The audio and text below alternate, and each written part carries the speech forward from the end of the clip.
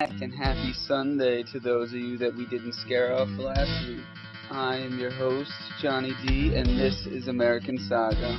When we last left our train hopping hobo buddy, Jungle Jim, he was trying to get his feet wet in the train hopping scene, or lack thereof. Once again, we'll be learning all sorts of educational stuff in this episode. Train lines. What are they? Where do they go? How do we get there? We'll hear about first-time road dogs, the art of hitchhiking, rail fans. Is that a real thing? Let's see what kind of mischief Jimbo gets into this week as we continue our journey. I tell you, the thing about, like I said, I love crack. That shit's fun, but, I don't say I love crack anymore. It's fucking old.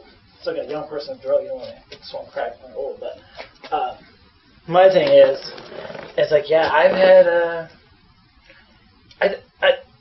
I can't say that necessarily I've had a bad experience with myself doing drugs. I've done everything. I've smoked PCP. I've done heroin. I've done meth and all that stuff. I've had a few needles. I mean, I'm scared of needles, but, there's been times in my life where I've, speedball shot in my arm in Jimmy John's bathroom and shit like that. But I also, though, when it comes to drugs, have always been able to be I get to a point where I'm like, all right, I'm good. This is enough. I don't want to be like a crackhead or cokehead, It's like I'll do it for a night or a week or so. But I think that's what I mean. You've always had that, because I'm the same way. I want to try it, but I don't want to become that. I don't want to be the guy that thinks he's a glass of orange juice. I don't want to do that. But the thing is, the drugs, some drugs, heroin, meth, they are fun and they're great, but it's also the people that do them all the time are the worst people in the world. And I'm not trying to... I get it, junkies are people, and, we all have loved ones who've suffered from that kind of stuff. But it's just man, that whole, how do you know a junkie's lying is because their teeth are moving or whatever, their lips are moving, it's so true. I've been robbed. People that have robbed me, I've been robbed when I had no drugs, no alcohol, no money. All I had was a sleeping bag and a backpack, some book and a notebook, skateboard. I've been robbed by drug addicts for that shit. Drug addicts will rob a homeless teenager on the streets for anything. Just because because you know what, they probably got some drug money from my skateboard and from my backpack with the sleeping bag. Somebody probably bought it from them. Somebody probably, I've had... in that sense, I feel like drugs are bad. I feel like when you're that person, when you're that junkie, when you're that addict, when you're serious into it, and you're at the point where you're robbing your grandma and homeless people and stuff like that, that's definitely your drugs are, it's gone too far. It's gone way too far, It's definitely past the point. But it's startling how easy it is for some people, or a lot of people, majority of people, I would say, to fall into that. Absolutely. To go from, there's not a lot of people that can smoke crack at 14 with two people they just met and then not touch it and go hang out with people in the city and just drink and have a good time and be a normal person again. It takes a certain kind of person, absolutely. Granted, like I said, when first time in Chicago, smoked the crack, but then there's hours later after that, I was drinking with anarchists and chilling with punk rockers in fucking Chicago, drinking 40s. It was I wasn't I want to get some more crack. I'm man, my head hurts. I need this alcohol. This alcohol definitely numbed my head, and it did. It definitely worked. But that's the thing. I've always been more of an alcoholic than ever a drug addict. But I never was never so bad into my addiction. I was I'm robbing people. When I used to rob people as a kid, and we used to break into houses and be criminals and stuff like that, it wasn't for drugs. It was because we were kids and they were rich and we wanted it when they didn't have it. We wanted their money. We wanted the shit. I didn't think nothing about a B&E. when I was younger, I was fucking 12 years old doing B&Es. I didn't think anything of it. Because also there was the teenagers that I were doing it with, they were fucking 16, 17 years old, and they were like, yeah, man, we're going to do a B&E. I didn't know what that was. It sounded cool, though. And they wanted me to hang out with them. So I was like, yeah, hell yeah. They skated. They were cool with me. I thought, I'm going to be cool if I do this stuff, too. Fuck no. After I did that shit with them, they were like, you'd see them, in a skate park or, downtown skating somewhere. You'd see those fuckers. And you'd be like, hey, man, what's up? And they'd be like, get the fuck away from me. I just did a B&E with you. Don't you fucking say, don't say that shit. Do nothing with me. Hush, hush. And of course, because back then, I committed a crime with some people that were cool, cooler kids in my scene, the skateboarding scene, the punk scene, commit some crimes with them. I'm going to tell my friends. I'm going to tell some other people that aren't that cool and be like, dude, I'm cool, I did this. You gonna talk? You gotta. Yeah, I did. But thankfully, again, that was a time before cell phones and stuff like that. Otherwise, we would all get in a lot of trouble. But you could get away with it. Things like that. You used to get away with it. Yeah, you used to be able to get away with a lot of shit before the internet. Before cameras. And I feel like we're one of the most watched nations in the world now. It's crazy. And we watch each other all the time. It's a real thing. Back then, nobody knew where anybody was. Yeah. But, one thing, I'll say, one of my worst experience with drug addicts is, places like Seattle, Portland, every major city anywhere, it doesn't matter the state. Fucking OKC, Oklahoma City. Oklahoma's a fucking shithole state. I don't fuck who gets offended, who likes Oklahoma State. If you like Oklahoma State, you're a fucking retard. Okay? I'm sorry. Oklahoma is the worst I hate fucking Oklahoma. There's some states Ohio. Yeah. Zanesville, Ohio. I hate Ohio. Zanesville, Ohio. The crackheads there were Cleveland rocks? No, Drew Carey, you're an idiot. They were horrible, man. Yeah, they were Cleveland horrible. does not rock. I'll never go back. I hate Ohio, too. Yeah, I hate it. So we're smoking crack. We made it to Chicago. So now you're hopping. How long does it take? How long does it take you to get to the West Coast to Cali to Seattle? First time ever. Your first time. How long does it take from your Chicago when you thought you were going? Yeah. You thought you were going to Seattle, but you went to Chicago. You smoked some crack. So now we're going for round 3. How long does it take for you to get to West Coast? I met these anarchists and these punk kids or whatever in Chicago. In Chicago, after I met the dude outside the liquor store that was listening to, man, fuck the police, coming straight from the underground. That shit back then, as a young anarchist, you hear that shit, even though it's rap, and I was into punk or whatever, I was like, these I knew that because it was cool. Yeah. It was very anti-authoritarian. I was like, yeah, motherfucker. And this gangster dude was cool. We ended up, smoking a blunt. He, took me into, the city. He was like, because, I had, at the time, I had my skateboard. I didn't have, the patches. I didn't look like how nowadays there's a look to train riders and there's a look to homeless people. I didn't have that. I didn't have the rag. I didn't have even the style I have now. I really mostly just look like any other skateboarder with a backpack.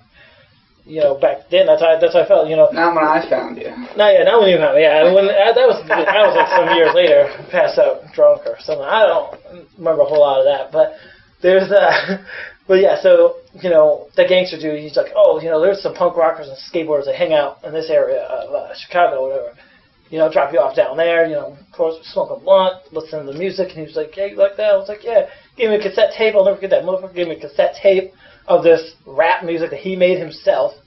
It wasn't rap he made himself, it was rap songs that were all like, fuck the police, and these cops killed black people and all this stuff, And I was like, fuck yeah, And I had a cassette tape from this cool gangster dude. Player. You know what I mean? Oh, I didn't have a Walkman at the time, but I was too rich for my blood at the time. Shit, a Walkman, a cassette Walkman. Whew.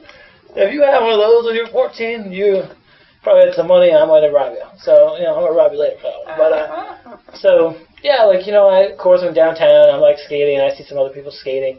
I'm the only one with a backpack.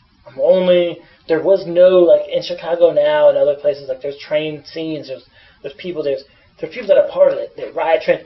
Granted, these guys were punks, there's punks, there's a punk house, some anarchists and people that lived in it. They heard of riding trains. They heard of hitchhiking. none of them had actually done it. And this was like a house full of like 20-something-year-olds who were anarchists, who were protesting, making signs. They did graffiti.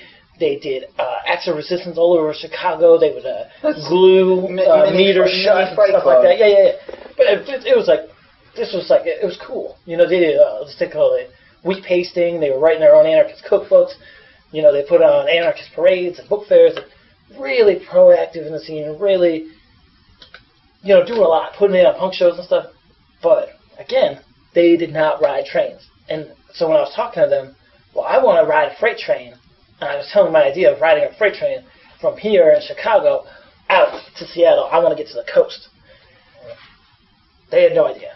They were like, well, there's a lot of train yards in here, you know? And so at 14, I was like, well, what's the westmost train yard there is? I need to find this. Right. We need to find this. I figured that out. And looking at maps, and, you know, I had a map of the state of Illinois, and somebody had gotten me a map from another state that was close by that I was going to be going into, you know, and we were looking at, and it's funny, me and these anarchists that were much older than me, I was 14, a lot of these guys were like in their 20s or whatever, they were looking at these maps with me, and we were trying to figure out how to get me on this train. We were all trying to, they didn't come with me. They were like, you're on your own. Fuck that. Yeah, they were like, so no one came? No, not the first time. No, not the first time. The first time... So you had to go there and come all the way back? All right, well, we won't... No, okay, so they get you set up. So what ends up happening is studying the maps and stuff like that, and then going down the train yard, it's like, wow, there's a lot of security. There's a lot. There's people in towers, there's guys on four-wheelers, and I'm just like... And my grandpa always used to say, it's a game of cat and mouse, and you're always the mouse. Okay, you're never the fucking cat. Don't ever forget that. Do not forget, you're the fucking mouse. So, you know, we had 14, I was like, okay. And I just had, you know, they hung out with me. They hung out with me until I got on the train. They were pretty cool, you know, but ended up taking me, let's see, you know, so studying the trains or whatever, and we were hanging out by the track. It was a few days, actually. It ended up being me and some of these anarchist kids.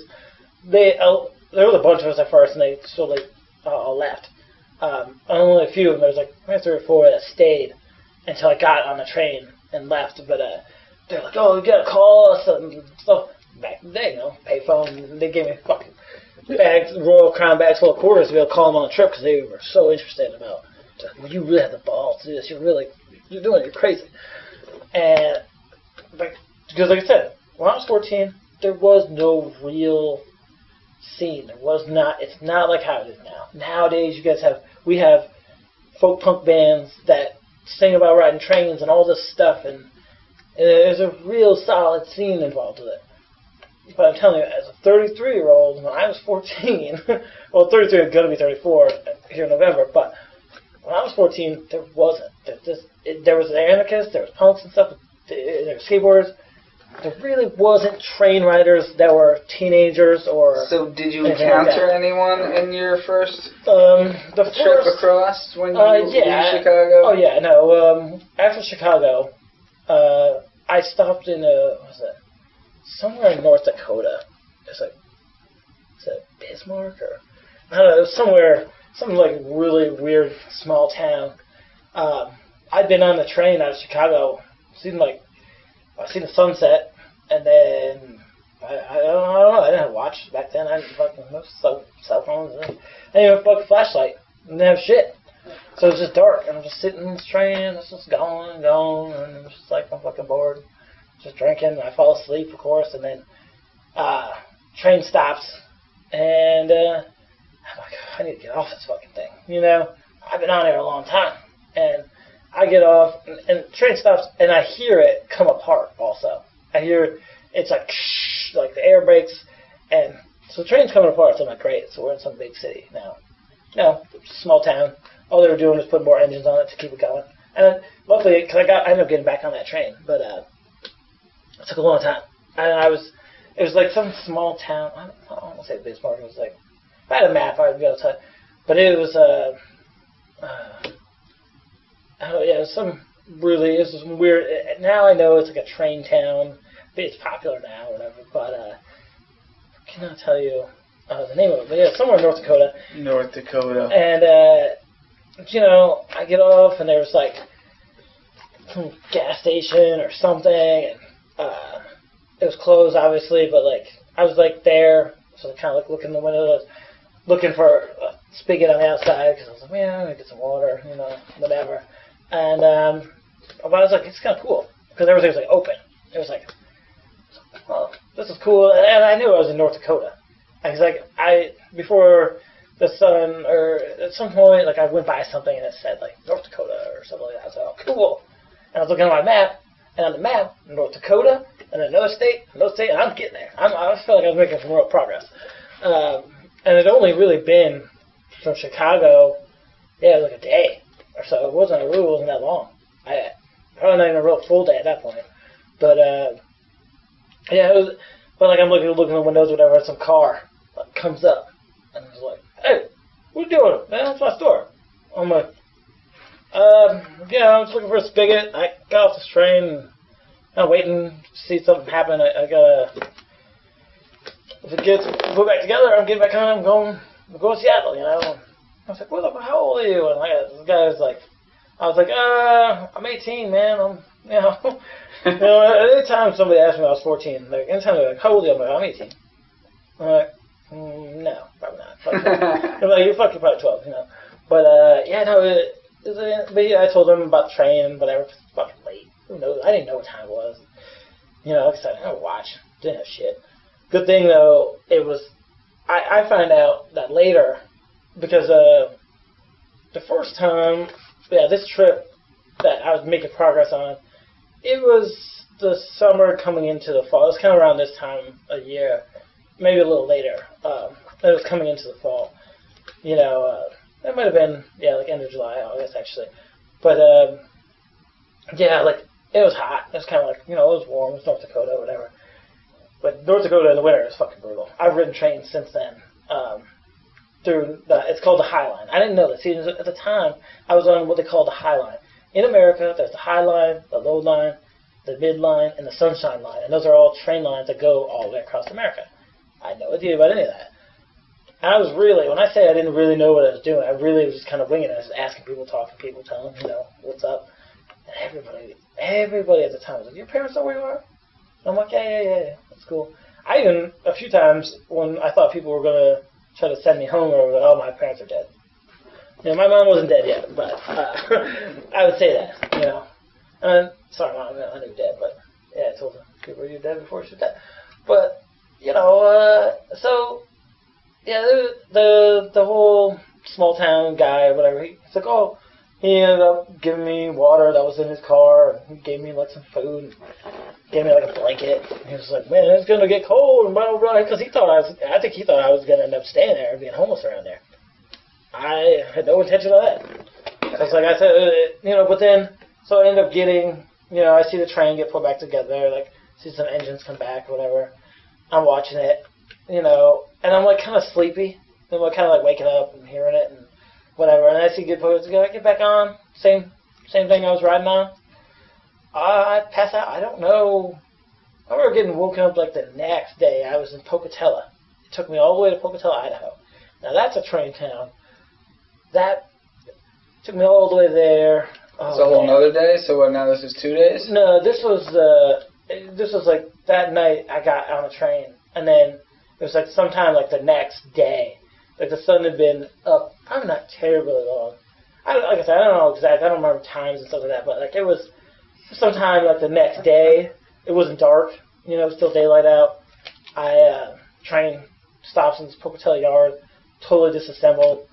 I was off of it, because it stops to get clearance to go into the yard, and I'm like, I see the yard, and I see something, I'm like, I'm getting the fuck over here, because get pulled in that yard, there's security, and, game of cat and mouse, it's got to be smart about it, so I got off, obviously, and I see my train I'm on just get fucking demolished, just taken apart, all these things, I'm just, fuck, now I gotta find my way around this train yard to the other end of it, the west end, and then, hopefully, find another train to go on this. That's going the same way. That's going the same way, yeah.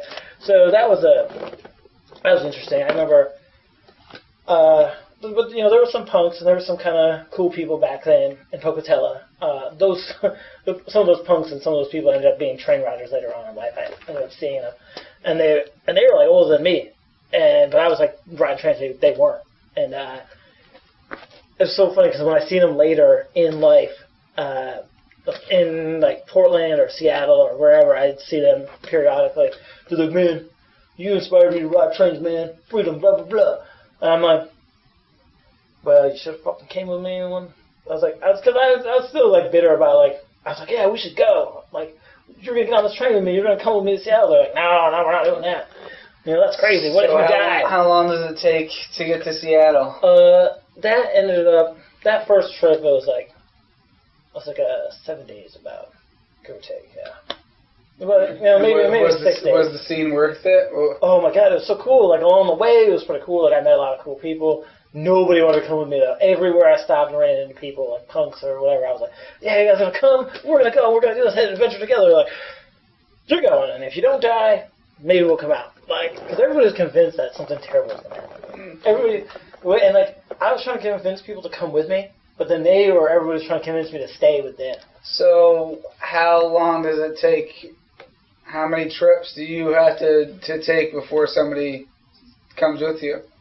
Who's the first person to come with you? First road dog. Oh my god.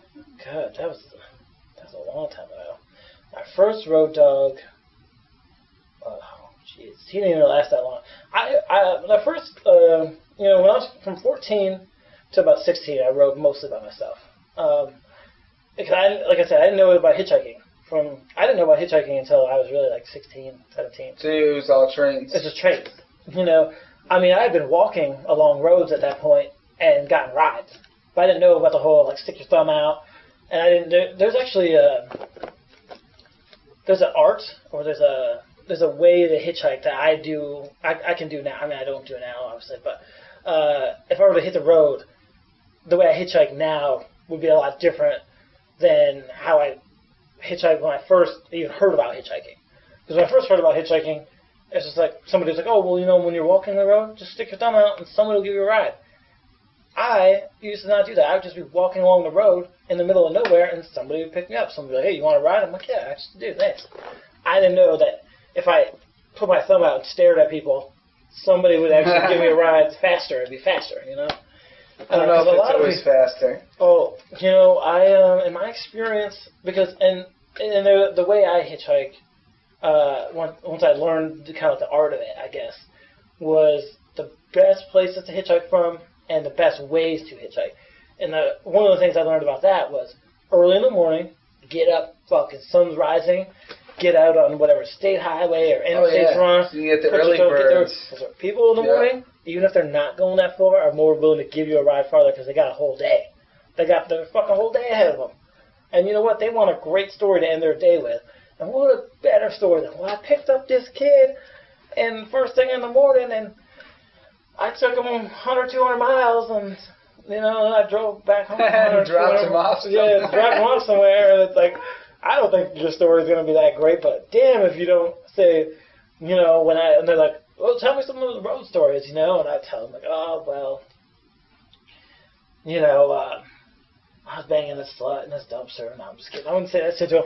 A lot of the times, it's like, when people would ask me for road stories, I would say nicer stuff. I'd be like, oh, well, you know, I started out here, and then I got a ride from this nice person here, and any kind of creepy weirdos or fucktards or junky, crazy fuckers that I ran into along the way, I left those out of the story, because when you're in the front seat of somebody's car, you don't want to, like, scare them with some terrible story. Even if your last ride was, like, a fucking crazy shit show tweaker, you don't want to get into your next ride and tell them about that. Because that might be like, oh, okay, so you just take rides from people like that. Yeah, I mean, I didn't do it all the time, but every now and then you get bored of it. All right, tweaker, let's see what kind of crazy shit you're going to tell me. Let's hear it. I got picked up by the Antichrist one time, me and my ex-girlfriend Missy in Albuquerque, yeah. We got that shit. He fucking pulls over. We're like in the East End, Albuquerque, which is fucking stupid. We were going to California. We should have been on the west end, but I don't know. I think we were drunk or high or something. I don't know. Fuck Albuquerque. What are you gonna do? But Albuquerque is one of the only checkpoints that the buses do. Oh yeah. Yeah. Oh yeah. Buses are and it's so not even like that far south either. buses like are in the so middle of the insecure, state. man. Yeah. It was freaking New York bus and then Albuquerque are the only places where they do bag checkage. Everything else. Oh yeah. Because there's a lot of people coming up from, like, you know, Albuquerque's in the middle of New Mexico. It's the middle of the state of New Mexico. So it's not that far south, but you get Border Patrol up in Albuquerque. You get Border Patrol far up in Santa Fe, really. And Santa Fe is pretty north, you know. It's pretty far from the border, but the thing is, you do get coyotes and people that smuggle drugs and stuff over all the time that they made it that far up. Right. And they think, we made it this far up, we're free. It's like the Border Patrol people are there to be like, no, you're not, motherfucker. If you stay out of New York and New certain places, Mexico on the bus, then you're good. You're good, yeah. But, like, hitchhiking, there was definitely art to it. I learned the art to it pretty early. But even then, I thought I was good at hitchhiking. I thought I was like, I got this locked in. I ride trains, I hitchhike. But then when I met Aspen, she changed the game for hitchhiking with me. She was like, no, we're going to truck stops. We're asking truckers. She introduced me to this whole other side. No, we weren't jerking people off. Come on. No, I mean, I tried to get her to. I was trying to be like, oh, man, why don't you jerk one of these truckers off and we'll get a ride down the road? She's like, fuck you. Like, no, I mean you. Oh, I never jerked anybody off. I had opportunities, definitely, but I was like, I've been offered. You know, what's funny is, like, as a younger guy, before I ever really traveled with any women, traveling with women, by the way, is a super, super, super dangerous thing to do. I would never recommend it to people unless you're really drunk or, yes, women are a great meal ticket on the road because people feel bad for women and that always gives them stuff. But also, with the undertone of a lot of people giving women stuff, is you get a lot of men giving women stuff because they want to fuck them. And they get rapey, they get creepy. It's just this whole dangerous thing where you're like, great, you're getting kind of rapey, you're getting kind of creepy. Now I'm going to have to beat the shit out of you. And not only am I going to do it, but the woman's also going to join in because, why not? In the years that I traveled with women, every girlfriend, every woman I ever traveled with, except for Michelle, she's the only one. I traveled with Michelle. She's the only one that won out of, like, a good amount. I don't know. I can't keep track of all of them. But, but there's a lot of whores that, once this train riding thing and everything kind of took off and it was cool and people saw that I wasn't going to die and it was, like, actually safer than people thought, they, started to become popular in the scene and whatever. And I didn't realize this at the time, but talking to all these people when I was doing it and they weren't doing it, they were really like, we're going to do this. And then eventually they did it. And then, of course, I seen it through that kind of become popular. How long does it take for you to get your little... How long does it take for you to get as good as you... I mean, because when I met you, you were at your, like, woohoo! Yeah, I was good. I was really good. I knew what I was doing. So how long does it take for you to get your little group of hobo, train hopping kids? It took a good amount of time, honestly. It took, like, from 14 to 16, you said you did it by really, yourself. yeah, mostly, nobody, yeah. Those first few years, like 14 to 16, really. I mean, and I had seen older men on trains from 14 to 16, but they didn't talk. And they were really, like, because, boxcars, old school yeah, guys. they were really old school. But the boxcar rides are not as common. Like, I have ridden boxcars. Everybody that's ridden trains has ridden on a junk train in a boxcar at some point, whatever. It's just a really stupid, terrible ride. It's always hot. And it's just, and you can't really hide. It's hard to be a mouse in a boxcar, But, like, I've gotten in, like, gondolas or, like, in a grainer hole or whatever, or on a grainer porch even, or under old semi-trailer thing and on a train, and I've seen like an older guy or somebody on there, and I'm like, hey, what's up? And just we keep our distance, kind of see what he does, because like, well, I'm soft, dude. Because I was always like, this guy's older. I don't know what they're doing. I don't even know what I'm doing really, but I'm scared. I was always a little scared. I was a little like vigilant, and I'm like, this fucker gets close to me, I'll pop him in the face with my skateboard, throw his ass off the train while it's moving. Like I would go over plans when I would see this shit, because 14 to 16, I wasn't in that time. I had only seen a handful or a little more of people on trains like me, but they were always much older and they never talked. And they would barely look at me, and they would barely acknowledge that I existed. So it's not like the movies where you sit and break bread together? No, not like that at all. It was like, I think we were probably both scared of each other, and we were probably both like... But isn't there hobo life and like hobo law? No, there's more stuff like that. There at the time, and the hobo thing, the hobo law or whatever, rules or whatever. I don't know, I'm asking you. No, those things were only in like the jungles, like when you go to a hobo camp, like on the side of the tracks or some... So those jungles and those encampments or whatever you want to call them, those people, a lot of those had their own rules, and those people would make their own rules and their own shit about stuff. Like if you leave a dirty needle around, you're gonna get stabbed with it. Like people. One of my the first time I was in a jungle, it was outside of, where was it?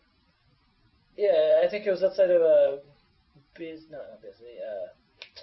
Minneapolis, St. Paul, or whatever. It was like St. Paul, or it's like a train thing now. It's a popular place. I've been there since, and there's a lot of cool train rider kids and stuff like that there. The train rider scene ended up in St. Paul, Minneapolis, St. Paul, or whatever. Ended up being a pretty cool area later on, but there was that was in one of the first jungles I ever went to. Was over there. It was actually on the first trip I went out. I forgot about this. Yeah, that first trip on the way out of Seattle, I had stopped and I was curious. Like, I've been seeing some jungles. I never really went into one. And I went into this one and I got stopped. Like on my way in, like somebody was like, "Hey, what's up?" I was like, "I'm riding trains. I was, curious what's going on over here. This is encampment all about." And they're like, "You got beer?" I'm like, "I got beer." I'm like, "All right, come on in." And then like one of the dudes is like, "The only thing is here, you do whatever you want. But you leave a fucking dirty needle around, I'm gonna pick it up and I'm gonna stab you in the face with it." And like, dude, serious, But then only rule, But then we were drinking, and you hear shit like, "Don't piss in my Cheerios, I don't want shit in your Wheaties," and stuff like that. Like, you would just hear people say crazy shit like that. And I didn't know what the fuck that meant, but I didn't eat cereal, I was like, drink beer, what can we talk about? But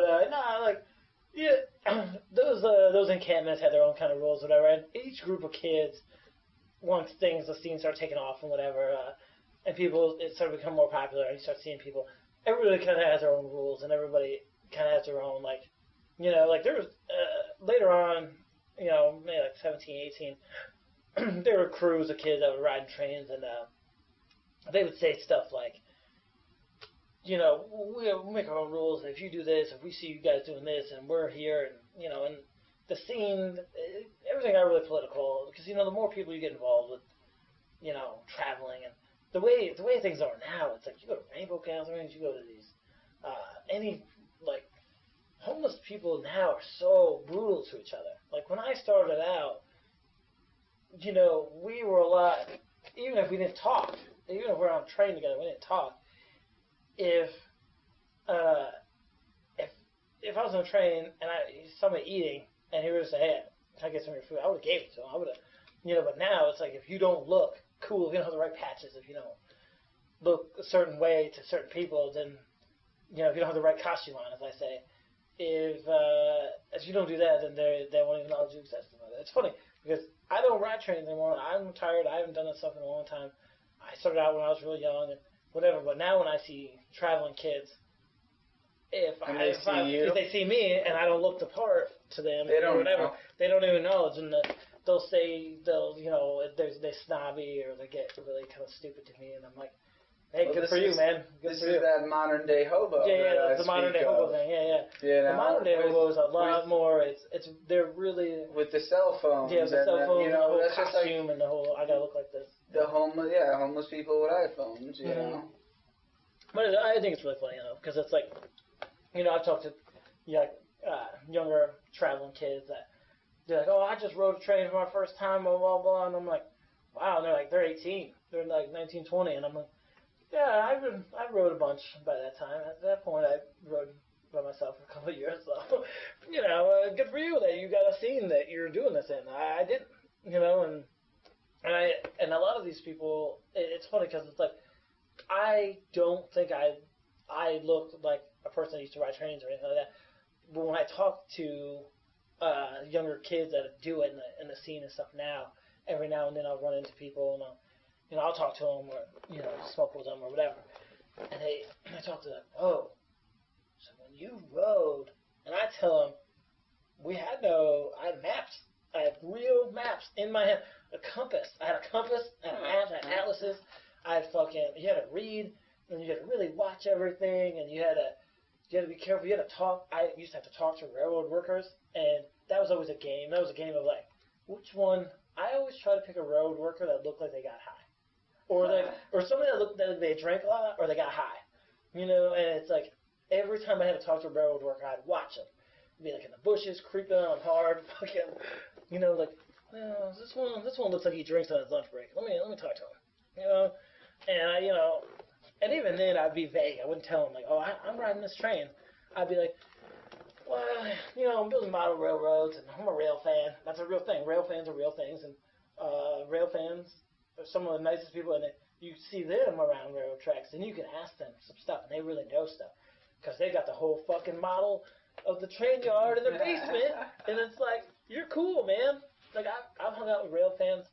I've hung out with conductors. I've hung out with people that, drive trains, and some cool, some bad, some creepy, some kind of rapey. Like, the broad spectrum. And it's funny is some of the really serious people that work for our railroads, like CSX, Union Pacific, name dropping some big companies out there. Some of them are like really gay, like really homosexual. But like they said to me, like when we started as a brakeman or an engineer or whatever, the homosexuality was like really like they can fire you for being a homosexual, but you get treated like they're like the discrimination of how you were treated if they found out you're a homosexual. And that was always interesting. It's like to me, everybody when I travel, they always want, oh, tell me about waiting in the rain for trains and all this stuff. But when I talk to people, I was like, tell me about your normal boring life. Like, tell me, I want to know. Because I'm not living that life, so tell me, you guys, because I need this story to entertain me while I'm by myself or while I'm, in this train, like you said. Because they're on there 8 hours, 10 hours, 12 hours, sometimes, 15, 16 hours, whatever.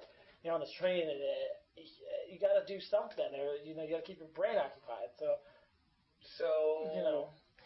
like I said, like I read books.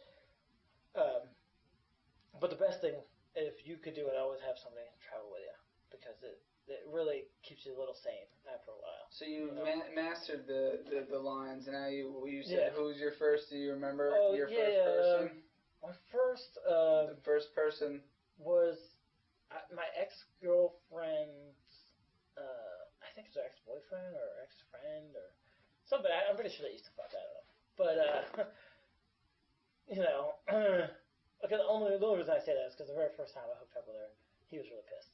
So, but after I made it back, so I went all the way out, ended up in Seattle, and then I went from like Seattle, went to the coast, to the 101 coast, and then I went down, like the 101 coast, and then I went to I think it was like Portland, and then went around that area, and then went back to the coast, and then went down into like Is there a train that goes down one? No, at the time there's just buses that used to go from Portland to the coast.